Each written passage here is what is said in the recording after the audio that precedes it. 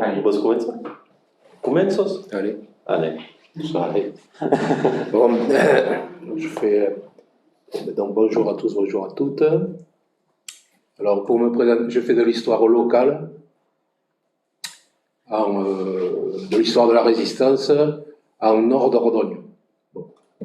Là, pour les besoins de la cause, j'ai élargi un peu la focale, mais c'est vrai que je travaille sur les maquis de nord Dordogne, tout particulièrement sur les maquis FTP, qui est très présent dans ce secteur. Le nord Dordogne, c'est une partie du département qui est peu visitée par les touristes, en fait. Voilà. Administrativement, c'est l'arrondissement de Nontron, et c'est un secteur qui est limitrophe de la Corrèze et de la Haute-Vienne. Les cantons qui sont concernés par ces groupes de maquis sur lesquels je travaille sont les cantons de la Noye, qui est limitrophe de la Corrèze, de Jumillac-le-Grand, qui est limitrophe de la Haute-Vienne, et le canton de Thiviers. Donc j'ai publié sur ce sujet, en particulier, donc, le livre sur les merles. Donc les merles, c'est le 28 avril 1944. Une expédition allemande cherche à neutraliser un groupe de maquis. Alors les merles, c'est au sens local un village, mais village en français c'est hameau. Enfin, localement on appelle ça village, ça se fait peut-être ailleurs, mais c'est dans la commune de Saint-Martin-de-Pré-Saint-Jean. Les merles, c'est pas une commune, c'est un hameau très peuplé à l'époque, il y a une centaine d'habitants. Quand la troupe allemande se retire le soir, il y a 10 victimes, 5 jeunes du maquis et 5 civils, on va dire, qu'ils avaient pris en otage. Vous voyez ? Alors, ce que j'ai fait, j'ai d'abord recueilli les témoignages de 5 personnes qui étaient présentes ce 28 avril, des jeunes à l'époque évidemment, ça variait entre 6 et 17 ans, et j'ai fait des enregistrements, pour l'essentiel en occitan, voilà, que j'ai publié dans le livre en bilingue après. Voilà. Parce que je suis sensible à une question quand je m'intéresse à l'histoire, c'est à la langue qui est parlée par ceux qui vivent l'événement ou qui en sont les acteurs. Voilà. Je pense que la langue fait partie c'est pas un enjeu direct évidemment, mais ça fait partie du contexte dans lequel se déroulent les événements, l'histoire, au même titre que la position géographique, la position sociale, les questions de genre, etc. La langue parlée, à mon avis, est intéressante à ce qu'on s'y intéresse, quoi. Alors évidemment, je n'ai pas d'enregistrement, donc je cherche des traces écrites qui ont pu être laissées par la langue parlée, donc ça sera essentiellement dans des rapports de gendarmerie. Quand il s'agit de recueillir des signalements de résistants, il y en a certains, donc je vous dirai un peu plus de manière précise tout à l'heure, où est notée la langue ou l'accent des jeunes du maquis, et il y a aussi des récits mémoriels dans lesquels des fois, juste il y a une petite mention comme ça, un peu fugace de je lui dis en patois, ou de la langue utilisée. Voilà. Je suis intéressé aussi par la question de l'occitan, quoi. Je vais vous présenter alors trois sujets. Les merles, les langues qui étaient utilisées à ce moment-là, cette journée-là. Un deuxième je vais sauter un peu du coq à l'âne, mais qui est l'arrivée des Alsaciens en Dordogne en 1939, qui a posé, entre autres questions, des questions de langue. Et ensuite, les langues pratiquées par les résistants avec les rapports de gendarmerie que je viens d'évoquer. Alors, sur les langues parlées, donc quand je dis les langues parlées aux merles, c'est le 28 avril, dans ce hameau assez isolé, où les gens vivaient leur vie rurale, tranquille, quoi. Il y a cette irruption d'une troupe allemande. La composition de la troupe, il y a 3 composantes. Quand on dit les Allemands, en fait, il y a 3 composantes, certains ne sont pas du tout allemands. Même la grande majorité n'est absolument pas allemande. Alors la première composante, c'est la police de Périgueux, qui est communément appelée Gestapo. Enfin, c'est pas juste, quoi. C'est pas exactement la bonne appellation. Ça doit être SIPO SD. C'est une police de sûreté. Donc sont présents le 28 avril. Celui qui la commande à Périgueux, qui est resté de triste mémoire, il s'appelle Michael Ambrecht, et il passera en procès en 1953 devant un tribunal militaire à Bordeaux, accompagné par un interprète. Et il parle allemand. Au Merle, il est accompagné aussi dans toutes ses expéditions par un interprète, qui passera lui aussi en procès, qui est alsacien, qui lui sert de traducteur. Voilà. Dans la police allemande, ils amènent avec eux aussi un auxiliaire qui a sa carte de policier et qui lui est français, mais occitanophone. Il parle couramment l'occitan. Ça, c'est une des premières composantes. La deuxième, c'est un groupe qui s'appelle la Phalange nord-africaine. Alors, c'est des auxiliaires de l'armée allemande, des supplétifs. C'est un groupe armé qui a été constitué autour de nationalistes algériens, qui ont de la sympathie dans le nazisme, et de truands, il faut le dire, recrutés dans le 18e arrondissement de Paris pour l'essentiel, et qui arrivent en Dordogne vers le mois de février, je crois, 1944, comme auxiliaires pour ce genre d'opération, où on les laisse, y compris, se payer sur la bête, en quelque sorte, quoi, etc. Donc, eux, ils sont composés essentiellement d'Algériens, de Marocains, qui sont, pour les Algériens, en tout cas, français, hein, mais de langue arabe pour la plupart. Ils sont commandés par un Français, par contre, sur lequel je vais m'arrêter vite fait, mais il s'appelle Alexandre Villaplane. C'est lui qui commande la Phalange nord-africaine. Il est un ancien capitaine de l'équipe de France de football, voilà, c'est lui qui commandait, qui était capitaine, pardon, de la première équipe lors de la première Coupe du Monde de football à l'Uruguay en 1930. C'était lui le capitaine de l'équipe de France. Il a mal tourné, il a versé dans le banditisme, etc. Et là, il se retrouve chef de ce groupe. Un historien périgourdin a travaillé sur la Phalange nord-africaine. Et une anecdote à propos d'Alexandre Villaplane, qui est présent au Merle. Voilà, l'historien rapporte une attaque d'un château, un saccage d'un château, enfin, bref, mené par la Phalange. Et il dit ceci, il s'appelle Patrice Rollier, je le cite: « Seul un vieux marin, qui était le gardien du château, ne fut pas inquiété, car Villaplane pouvait aussi converser en patois provençal avec lui, souvenir lointain des jours heureux passés à Sète. » Je trouve que Villaplane, par ailleurs, entre autres, a une qualité, en tout cas, il est occitanophone. Voilà, il a beaucoup de défauts. Et la troisième composante, c'est la Wehrmacht, c'est des soldats allemands qui sont basés à Périgueux, qui se déplacent. Alors, ils sont commandés par des officiers allemands, mais eux-mêmes sont absolument pas allemands, ils sont géorgiens. Enfin, ils sont dits géorgiens, donc ils parlent russe ou géorgien. Peut-être qu'il y en a qui viennent d'autres pays de l'Est, je ne sais pas. Ils ont été, pour la plupart d'entre eux, recrutés d'office, quoi. Et dès 1943, sont des soldats qui désertent. Ils passent au maquis, avec armes et bagages. Enfin, ceux qui sont présents au Merle n'ont pas déserté. Mais le processus est engagé, je veux dire, dès septembre 1943, de désertion. Et il y a une organisation pour qu'ils rejoignent le maquis. En juin 1944, ils vont rejoindre massivement les groupes de maquis FTP du Nord Dordogne. Enfin, des groupes d'entre eux.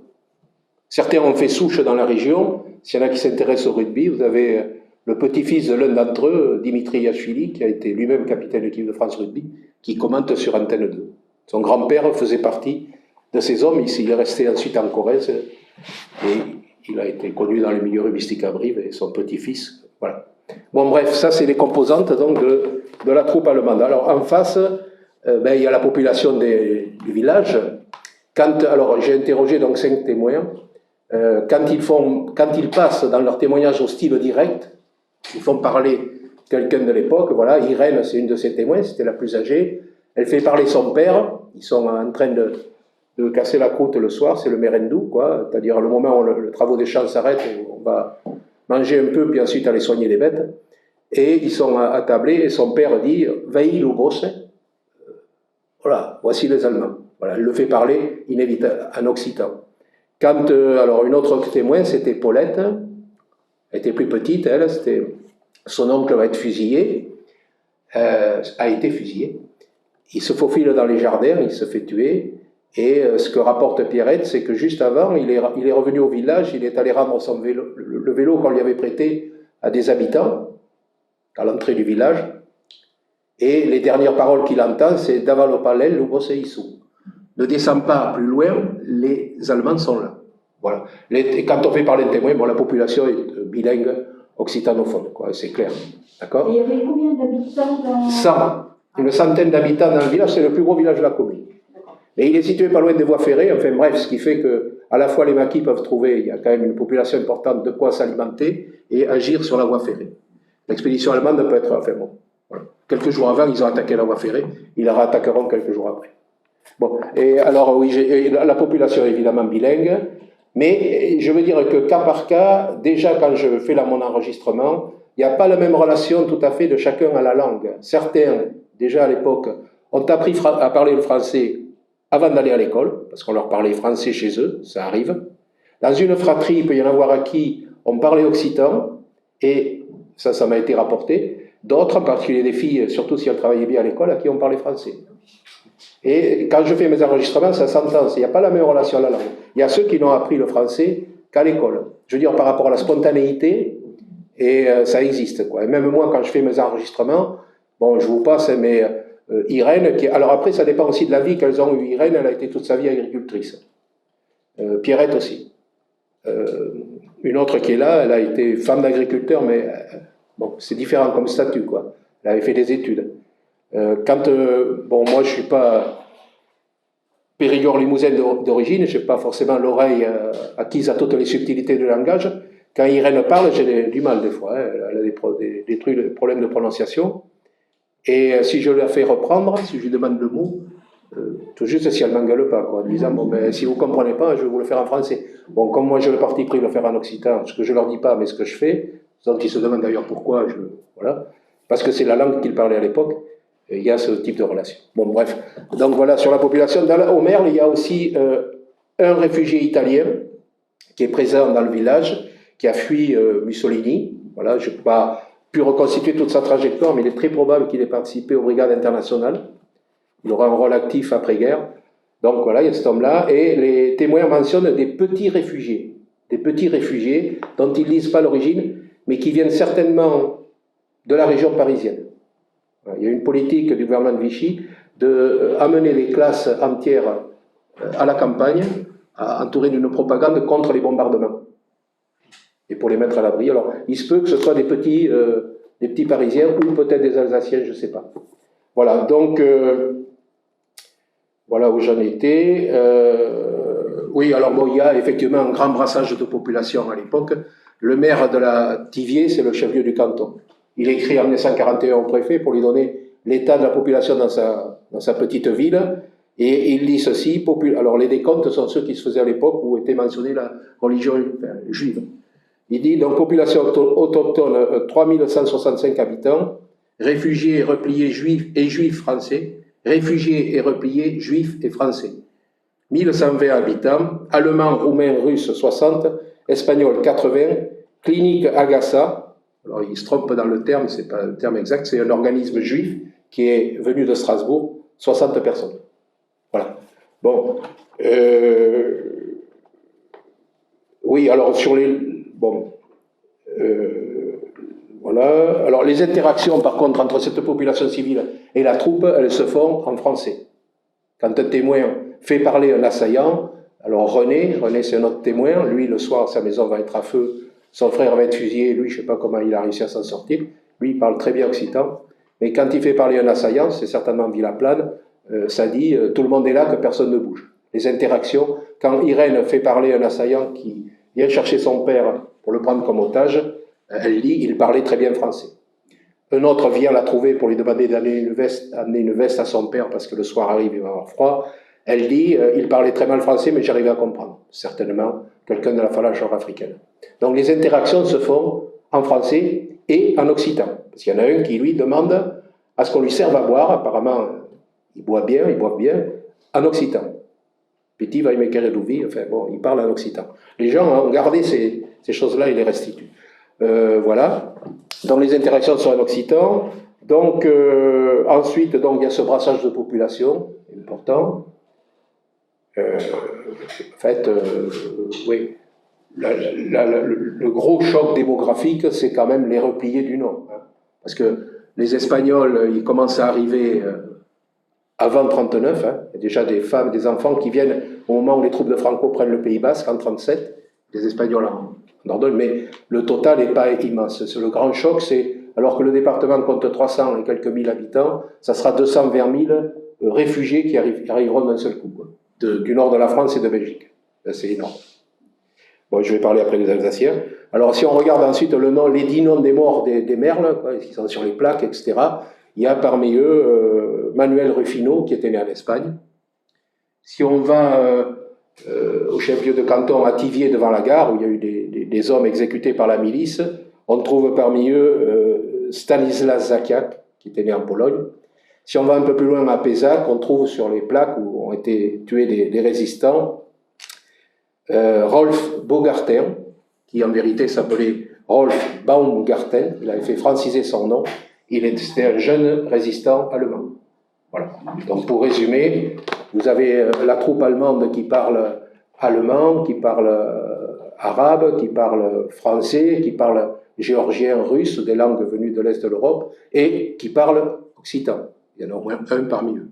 Et vous avez en face de la population civile qui parle français, enfin, ou là, et à l'instar de la population civile, on va dire, la résistance, quoi, parle français, bien évidemment, bon, espagnol, très présent dans la résistance, les Géorgiens, quand ils désertent, il y a la langue russe, etc., et elle parle aussi, bien entendu, occitan. Voilà, il y a ce berne-là. Les langues ne sont pas réparties en deux camps, mais il y a cette polyglossie, enfin bref. Après, il y a, je vais essayer d'accélérer un peu. Il y a un passage, quand j'enregistre les témoins, c'est Irène qui le dit, et moi elle passe vite là-dessus, mais je l'ai souligné. Elle dit à un moment donné, vous savez, les maquis, les faux maquis, tous les autres, tout ça, je les ai connus, moi. Vous voyez, elle a cette formule-là. Et je pense on est dans un système rural qui est basé, on en trouve encore des restes, hein, mais sur un système d'interconnaissance. C'est-à-dire que finalement, dans un certain rayon kilométrique, les gens se connaissent ou, de manière plus indirecte, savent en gros qui est qui. Quels sont les liens de famille, les liens apparentés, etc. Il y a ce système-là qui est bouleversé par l'arrivée de tous ces nouveaux groupes, de toutes ces situations. Je pense que de par les populations, et c'est, il me semble, ce qu'elle essaye d'exprimer, ce qu'elle exprime, quoi, il y a une espèce de vigilance accrue à qui est qui, enfin bref, on fait attention, on ne connaît pas, donc on essaye de voir à qui on a affaire, alors qu'on est dans un système auparavant où ça fait partie de la vie, quoi, des gens. Enfin, je ne sais pas si vous voyez ce que je veux dire. Et certainement une sensibilité aussi, on le retrouve dans les rapports de gendarmerie, une grande sensibilité aux accents, certainement aussi à la manière de parler occitan. C'est évident que l'occitan a sa place dans ce système-là. Alors, c'est vrai que les accents à l'époque devaient être beaucoup plus développés que maintenant, mais il y avait cette capacité. Par exemple, je trouvais un rapport de gendarmerie qui a été recueilli dans un village, mais qui est à 10 km de la Haute-Vienne. Vous voyez, la Haute-Vienne, c'est réputé le Limousin. Enfin, d'accord. Et les gens disent qu'ils avaient l'accent limousin en parlant des maquisards.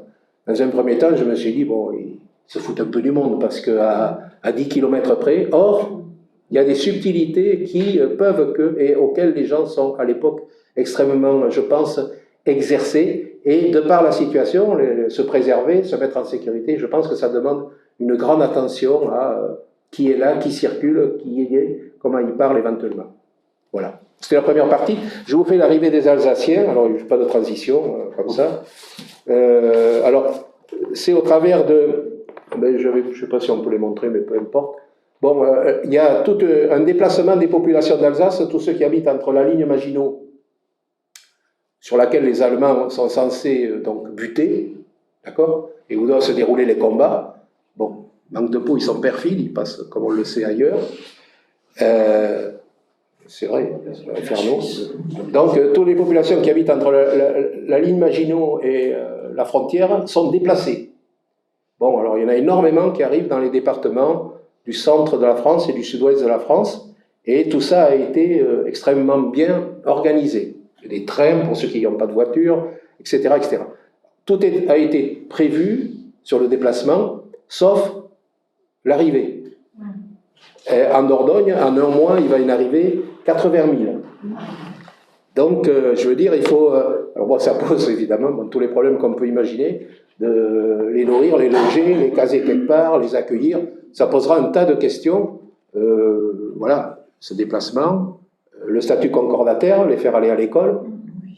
Pas évident, parce que théoriquement, on doit leur enseigner la religion, ce qui se pratique absolument pas en Dordogne, donc tout ça est très compliqué. Et le préfet fait apposer, dès le mois de septembre, une première affiche dans les rues de Périgueux. Alors, c'est des rares occasions où les questions de langue vont être posées, je veux dire, là, dans l'espace public. Il fait poser une première affiche qui est bilingue, française-alsacienne.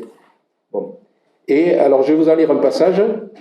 Alors, il y a le titre en français, c'est « Appel à la population », « Appel au Périgourdin », et la traduction en alsacien, bon, je peux me dispenser de vous la lire parce que je vais l'écorcher, « Aufruf en die Bevolkerung ». Voilà, français, alsacien. Alors, bon, je vous lis un passage en français. Appel à la... Alors, beaucoup de réfugiés, parlent donc des Alsaciens, surtout ceux de vieille souche, parlent uniquement le dialecte alsacien, qui diffère de la langue allemande, mais peut y ressembler pour des oreilles non prévenues. Voilà. Peut y ressembler pour des oreilles non prévenues. Beaucoup d'Alsaciens risquent donc de ne pas se faire comprendre de nos populations. Que nos populations sachent bien que le dialecte alsacien représente le même parler local que le dialecte d'oc de nos régions, que le provençal, illustré par Mistral, ou que le dialecte breton.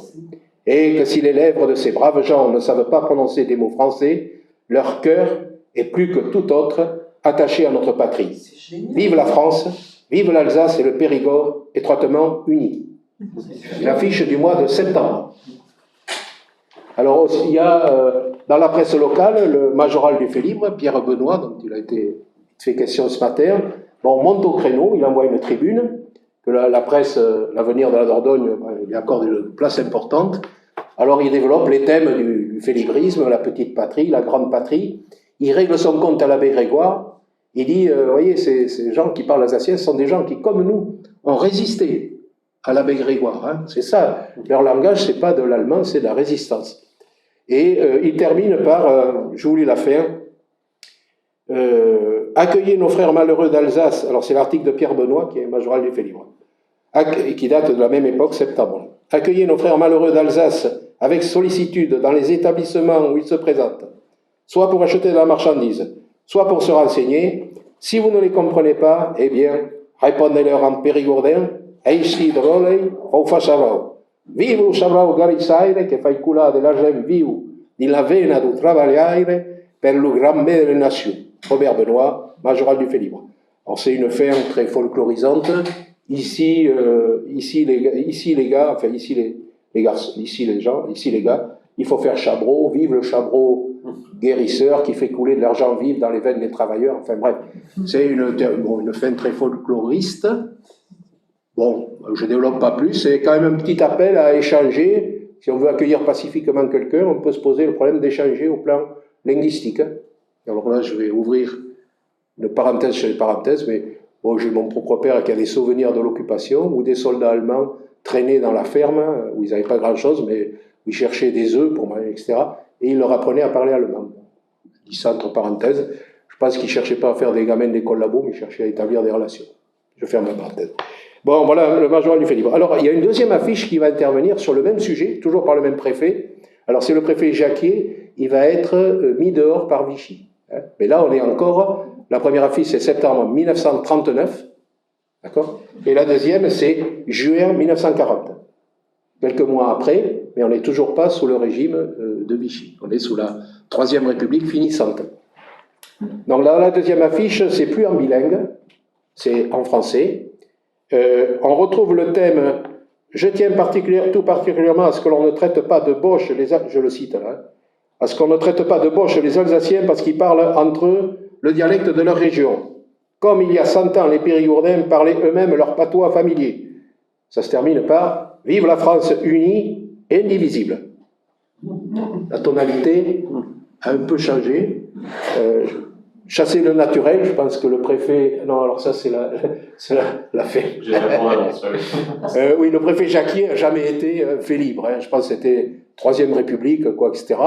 Donc, chasser le naturel, il revient au galop. Quoi. Avant, c'était dialecte d'oc. Au mois de juin, c'est patois familier, qui plus est qu'on parlait il y a 100 ans. Alors qu'évidemment, il est pratiqué couramment dans les campagnes et même à Périgueux.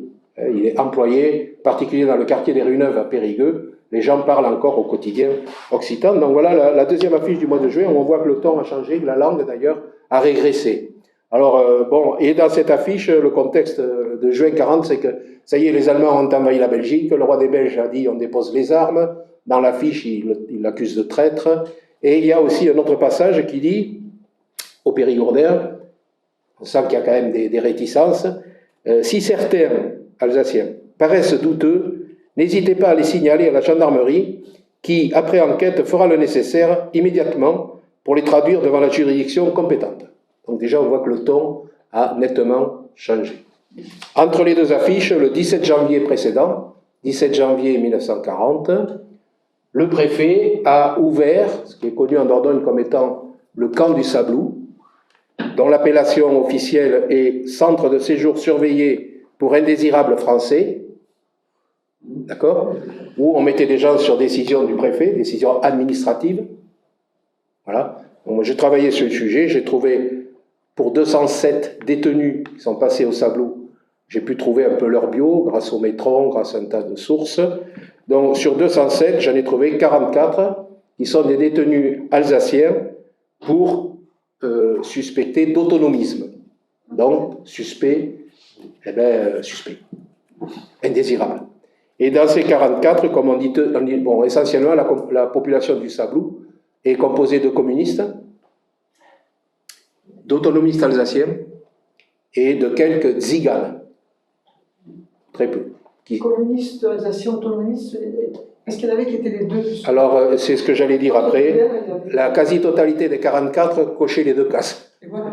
Parce que dans le déménagement, ils ont déménagé les ateliers ferroviaires de Bischheim, à côté de Strasbourg, où il y avait une très forte implantation syndicale et communiste. Donc la plupart cochent effectivement les deux cases, en particulier l'un d'entre eux que j'ai relevé, Alfred Doll, qui est en rupture de parti à ce moment-là, mais qui est le seul député du Front populaire élu en Alsace, des communistes, et qui avait mené toute sa campagne sur la reconnaissance de la langue alsacienne comme langue officielle, lui-même s'exprimant à l'Assemblée nationale en alsacien.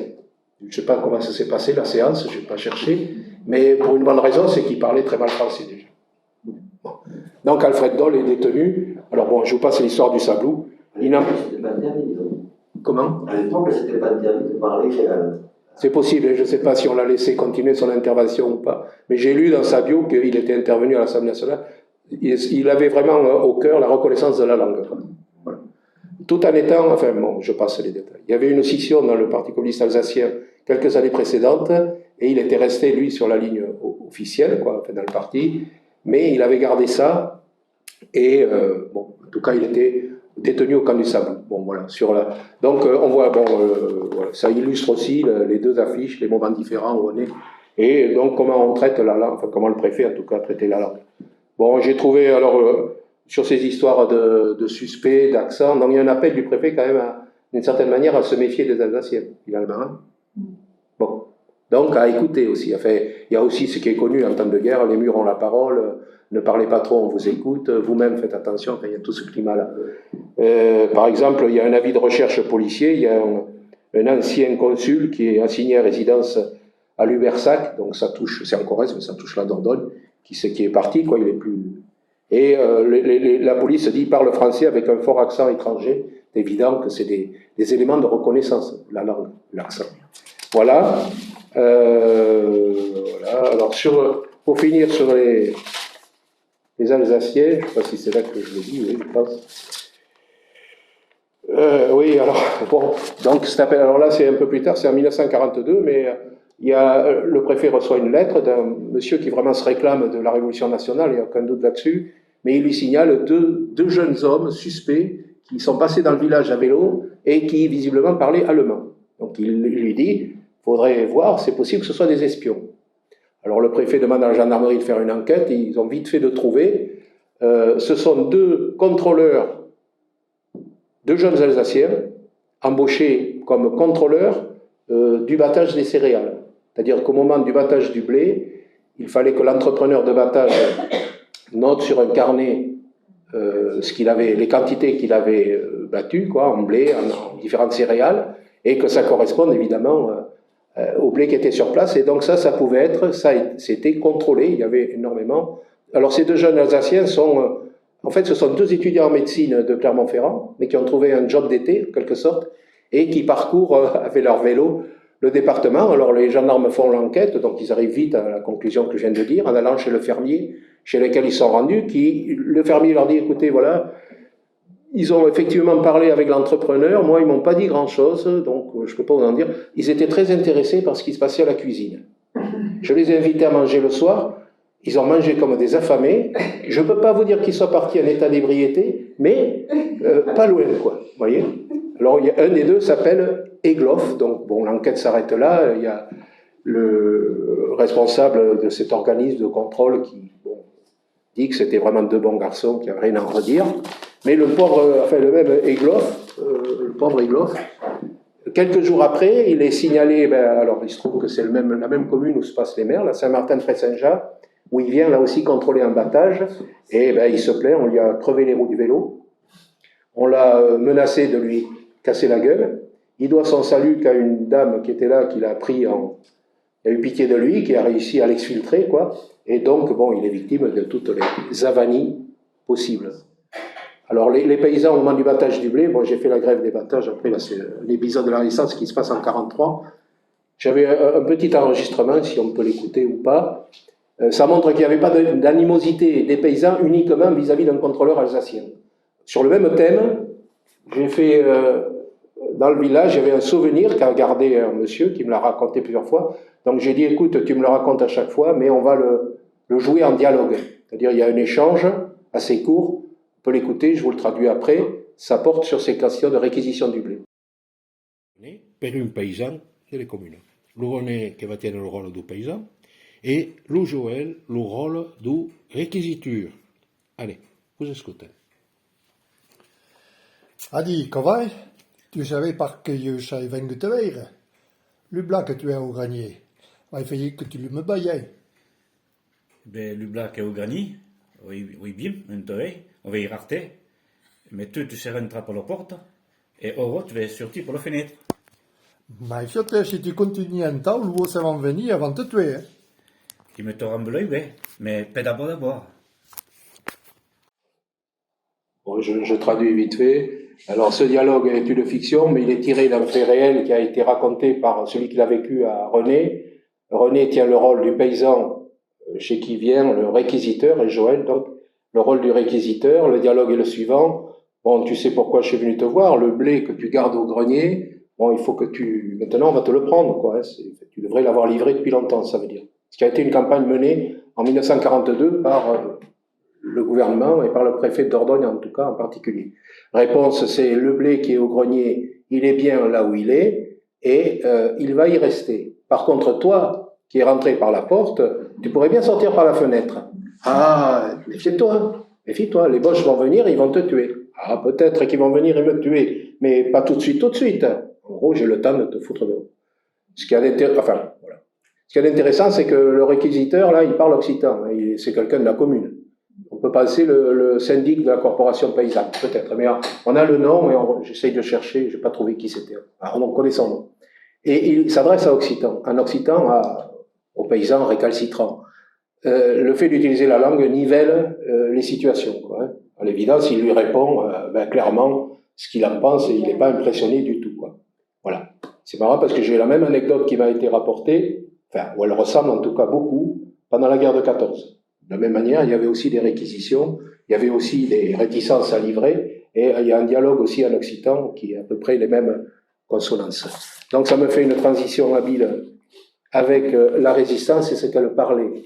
La transition, c'est que voilà, sur les questions de réquisition du blé, la résistance en Nord Dordogne sous la forme maquis va apparaître à l'été 43 sur ce refus de livrer le blé à travers d'une opération qui lui donne une connotation paysanne appelée la grève des battages. Bon, donc je passe à la résistance.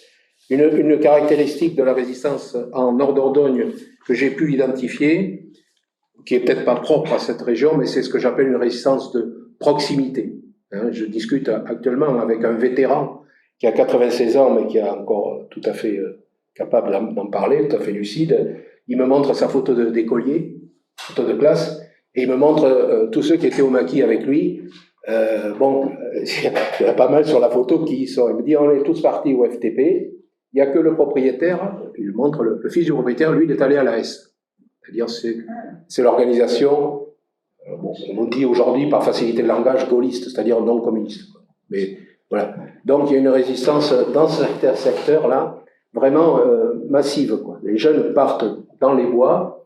Partir dans les bois, c'est refuser d'aller au STO.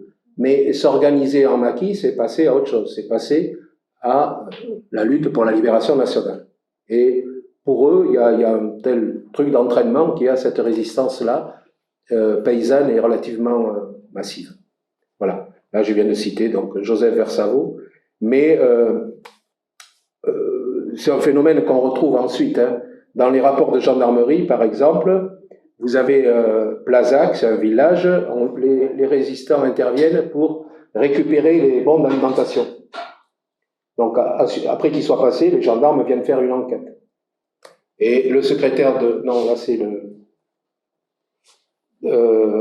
c'est l'adjoint au maire, je crois. Oui, je vous le retrouve. L'adjoint au maire, c'est l'adjoint au maire qui dit « Je suis étonné que ces individus sachent mon nom, mais je puis vous certifier qu'il n'y a aucun lit de réfractaire ou autre dans la commune. » Voilà, il est assailli par des gens qui l'appellent par son nom. Par contre, il peut garantir aux gendarmes qu'ils ne sont vraiment pas de chez lui. Un autre cas, cette fois-ci, c'est le secrétaire de mairie. Et ils viennent à son domicile chercher les tickets d'alimentation. Le secrétaire de mairie dit « Je les ai pas ». Ils lui disent « D'habitude, vous les amenez chez vous ». Alors il dit « Oui, mais là, je n'avais pas fini d'y travailler, je les ai laissés à la mairie ». Alors ils lui disent « Accompagnez-nous ». Il dit « Non, je ne vous accompagne pas ». Bon, c'est pas grave, donnez-nous la clé, on connaît très bien, on sait où ils sont. Ils vont les chercher, ce qui n'empêche pas donc le secrétaire de mairie, M. Chollet, de dire aux gendarmes que d'après lui, ils venaient de Corrèze. Voilà.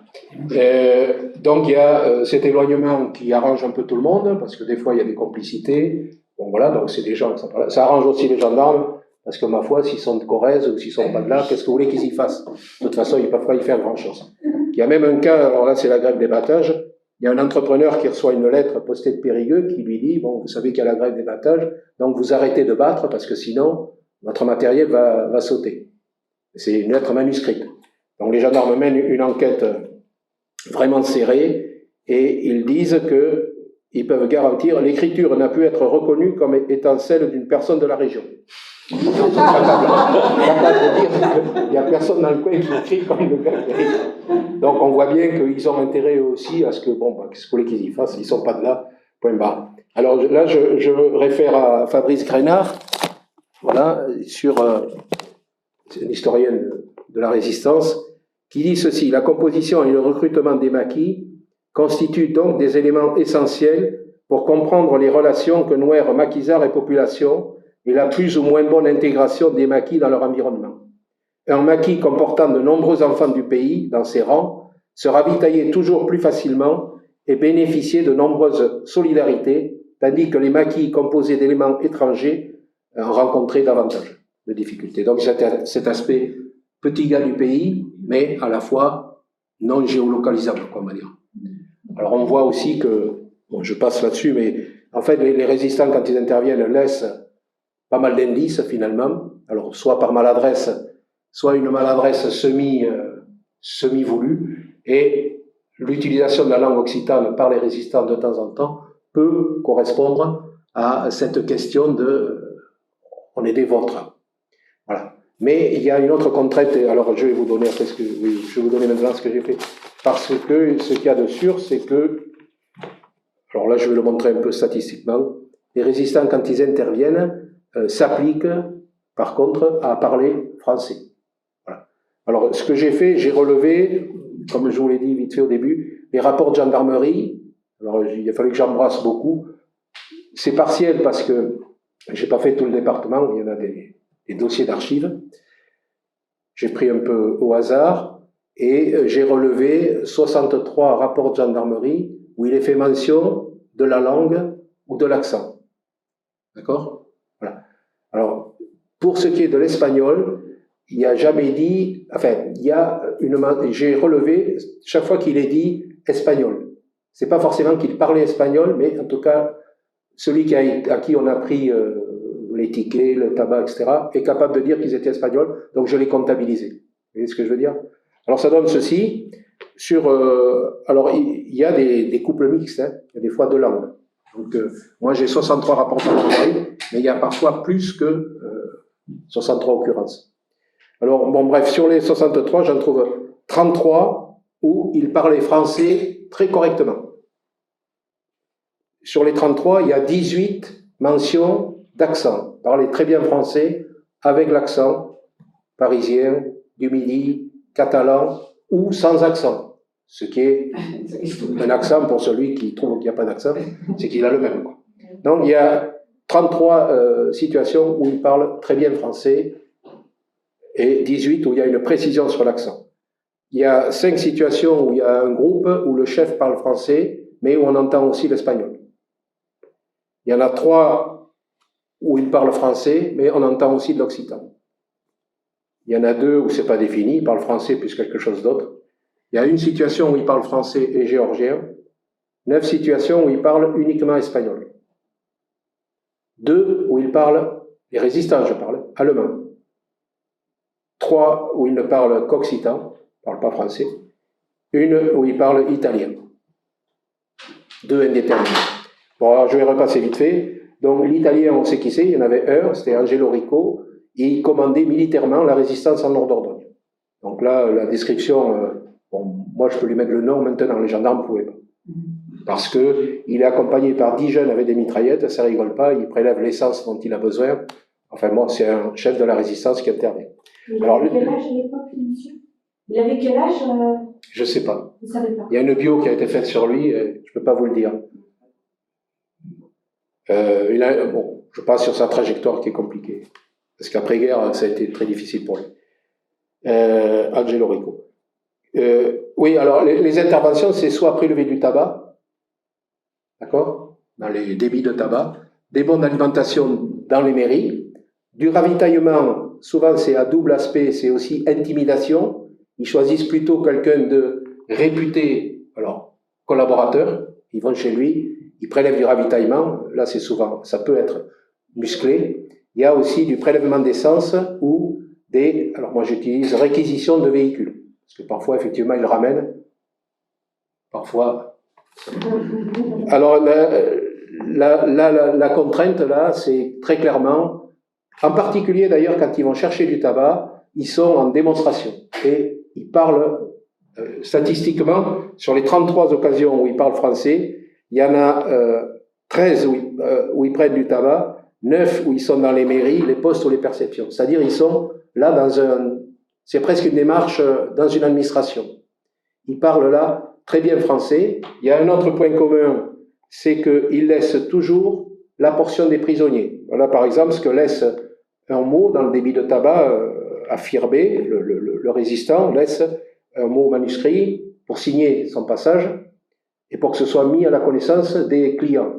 Armée de la Libération, je sous-signé, chef de groupe FTP, déclare avoir pris le tabac d'une décade pour notre consommation, laissant entièrement celui des prisonniers.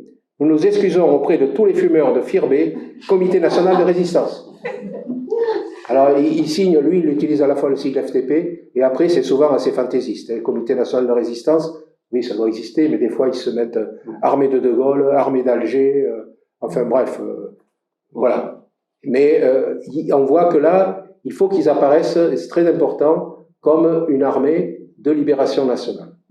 Un autre cas où ils empruntent une voiture et ils laissent un mot à la dame, la propriétaire, qu'ils n'ont pas réveillé. Je ne sais plus où je l'ai, celui-là. Ah oui, là, voilà. Non, excusez-moi, je vais la trouver. Ils laissent un mot à la dame et ils lui disent ceci. Madame, votre voiture a été enlevée cette nuit vers 22h30. En raison de votre grand âge, nous ne vous avons pas réveillé. Veuillez nous en excuser. L'armée française FTP, la seule reconnue par le comité d'Alger, là ils prennent quelques libertés, a besoin urgent de moyens de transport et est forcé de s'en procurer par tous les moyens. Ne confondez pas, nous ne sommes pas des terroristes, mais de vrais Français. Voilà. Là, il y a un enjeu politique, hein, c'est que, y compris en particulier la résistance FTP, qui accueille en Nord Dordogne en son sein, non seulement un chef italien, mais 2 chefs de guerre, enfin 2 groupes de combat qui sont issus de l'armée républicaine espagnole, plus de nombreux Espagnols. Hein. Au Merle, un de ceux qui est tué, est d'origine espagnole. La propagande, on le sait, hein, ça c'est connu, contre la résistance, c'est des agents de l'étranger. Hein. Et donc, en particulier, cette suspicion pèse tout particulièrement sur les FTP, qui, de par ce qu'ils sont, ont un aspect anti-nazi, antifasciste, qui fait que des combattants espagnols peuvent y trouver facilement leur place. Il y aura des bataillons entiers constitués, commandés par Calixto Casales, qui est le village est voisin du nôtre et aujourd'hui jumelé à son village d'origine, hein, qui a laissé... Voilà, Calixto Casales, c'est quelqu'un qui apprenait le catalan à Jean Gagnard, par exemple. Bref, il constitue un bataillon entier de travailleurs étrangers, espagnols. Il était espagnol, il parlait catalan. Bon, bref, donc il y a cette chose qui pèse sur parler français, être de vrais Français. C'est le passage entre réfractaire et maquis, c'est participer du combat pour la libération nationale. Il ne veut pas dire que ça se résume à ça, il y a d'autres motivations, d'autres aspects qui peuvent être contenus là-dedans, mais c'est le point sur lequel il va être reconnu. D'accord. Parce qu'autrement, il y avait l'espagnol, je peux vous le faire. L'occitan, je le fais en 2 mots. Il est très rare que l'occitan soit la langue dans laquelle on s'adresse aux gens chez qui on vient prélever. C'est souvent, on les entend entre eux parler occitan. Il y a des cas, enfin je vais aller rapidement, un cas où ça s'éternise, ça dure. Le secrétaire de mairie fait traîner, etc. Il y en a un qui est en train de récupérer les tickets, alors là c'est assez rocambolesque, ils sont en train de faire 3 trucs à la fois. Son copain vient, il lui dit, bon, en gros, on y va là, tu te dépêches. Et là, l'autre répond en occitan, parce que spontanément, ça jaillit, quoi. Bon, il y a d'autres cas où ils se font servir la soupe à minuit, ils s'attardent un peu, ils mangent la soupe, et là, ils parlent occitan. Bon, vous voyez, voilà le genre de situation. Bon, mais je m'arrête là-dessus. Merci. Je vous remercie. Suite à Merci. un peu la performance. L'intervention de Yann et après le dialogue s'installera pour poser des questions. On aura une vingtaine de minutes. On va